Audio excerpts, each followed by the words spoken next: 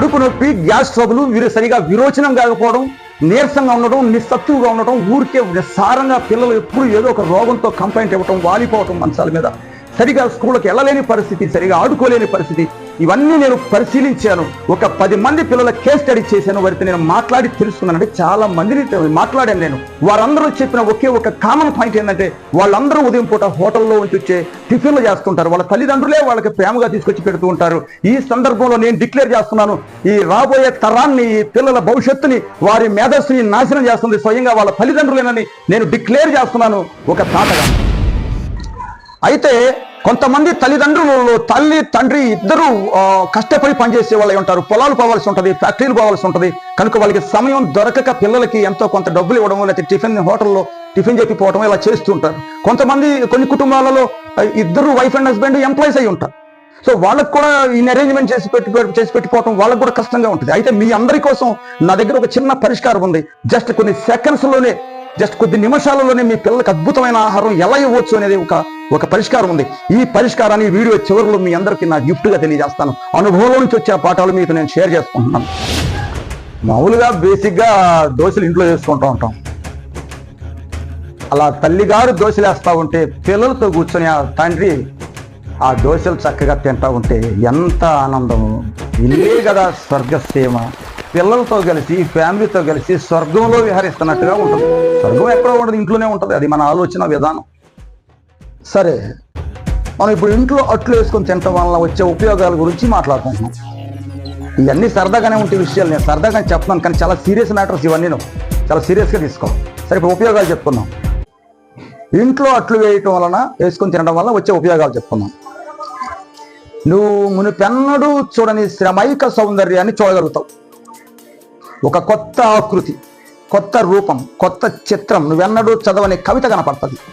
ఇది మొదటి ఉపయోగం. రెండో ఉపయోగం, ఎన్నడూ నోరెత్తి మాట్లాడని నీ భార్య గలగలా మాట్లాడటం నువ్వు చూస్తావు.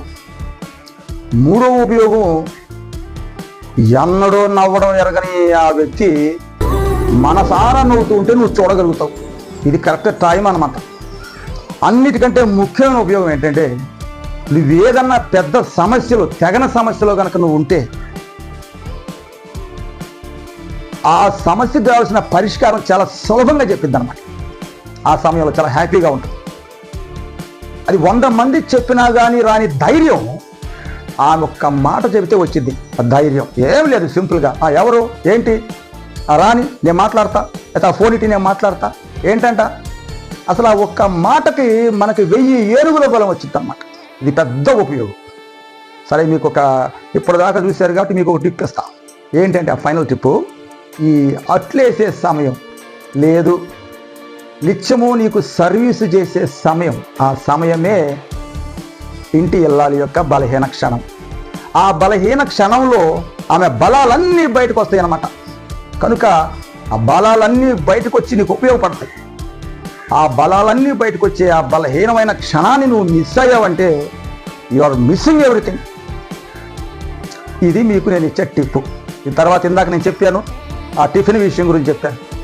రాత్రిపూట ఎంచక్క కొంచెం అదనంగా అన్నం వండుకొని, లేదా మిగిలిపోయిన అన్నాన్ని కానీ పెరుగులో నానేసుకొని, కాసిన ఉల్లిపాయలు కోసేసుకొని మూత పెట్టేస్తే తెల్లారి అద్భుతమైన బ్రేక్ఫాస్ట్ తయారైద్ది.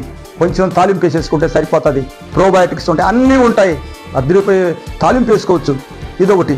మరొక రకం ఏంటంటే, రాత్రి శనగలు కానీ వేరుశనగలు కానీ నీళ్ళలో నానేసి పెట్టుకుంటే ఉదయాన్నే లెగగానే కొంచెం ఏదైనా ఉల్లిపాయ అలాంటి చాప్ చేసి కొత్తిమీర కరివేపాకు వేసేసుకుంటే అద్భుతమైన సలాడ్ తయారవుతుంది. లేదా నానబెట్టిన వాటిని పొద్దున్నే కొంచెం తాలింపేసి అందరికి బాక్సులో సర్దేసి అయిపోతుంది సింపుల్గా. ఈ వీడియో మీకు నచ్చితే లైక్ చేయండి, కామెంట్ చేయటం మర్చిపోవద్దు. మీ స్నేహితులకి, సన్నిహితులకి షేర్ చేయండి. ఈ channel it takes care of the whole family. It takes the whole care of the whole family. Thank you.